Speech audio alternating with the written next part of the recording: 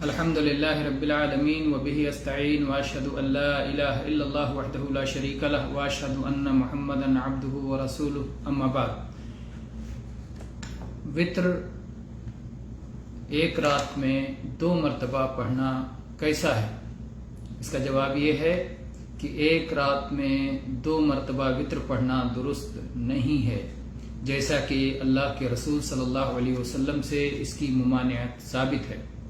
چنانچہ سنن ابی داؤد اور سنن ترمذی کی روایت ہے۔ سنن ابی داؤد 1439 نمبر اور سنن ترمذی 470 نمبر پر یہ حدیث ہے۔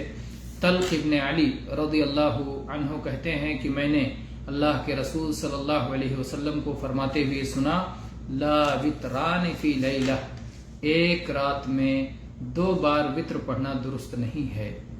کبھی کبھی ایسی صورت بنتی ہے کہ ایک شخص صلاۃ عشاء کے بعد وتر پڑھ لیتا ہے اور پھر رات میں قیام اللیل کرنا چاہتا ہے، تو بعض لوگ یہ مشورہ دیتے ہیں کہ آپ اپنا وتر توڑ دو، ایک رکعت پڑھ کے پرانے وتر کو توڑ دو، پھر قیام اللیل کرو، پھر آخر میں وتر پڑھو، کیونکہ حدیث میں حکم آیا ہے اجعلوا آخر صلاتکم باللیل وترا، رات کی آخری صلاۃ وتر کو بناؤ۔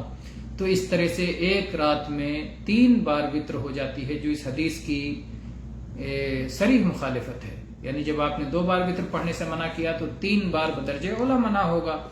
تو اس لحاظ سے یہ طریقہ درست نہیں ہے۔ صحیح یہ ہے کہ اگر کوئی شخص رات میں قیام اللیل کا عادی نہیں ہے اور احتیاط کے طور پر اس نے عشاء کے بعد ہی وتر پڑھ لیا ہے، پھر کبھی اسے قیام اللیل کی توفیق ملتی ہے تو دوبارہ وتر نہ پڑھے، بلکہ صرف شفع ہی پڑھتا چلا جائے، اور یہ اس کے لیے انشاءاللہ درست ہوگا، جائز ہوگا۔ واللہ تعالی عالم، وصلی اللہ علی نبینا وسلم، والحمد للہ رب العالمین۔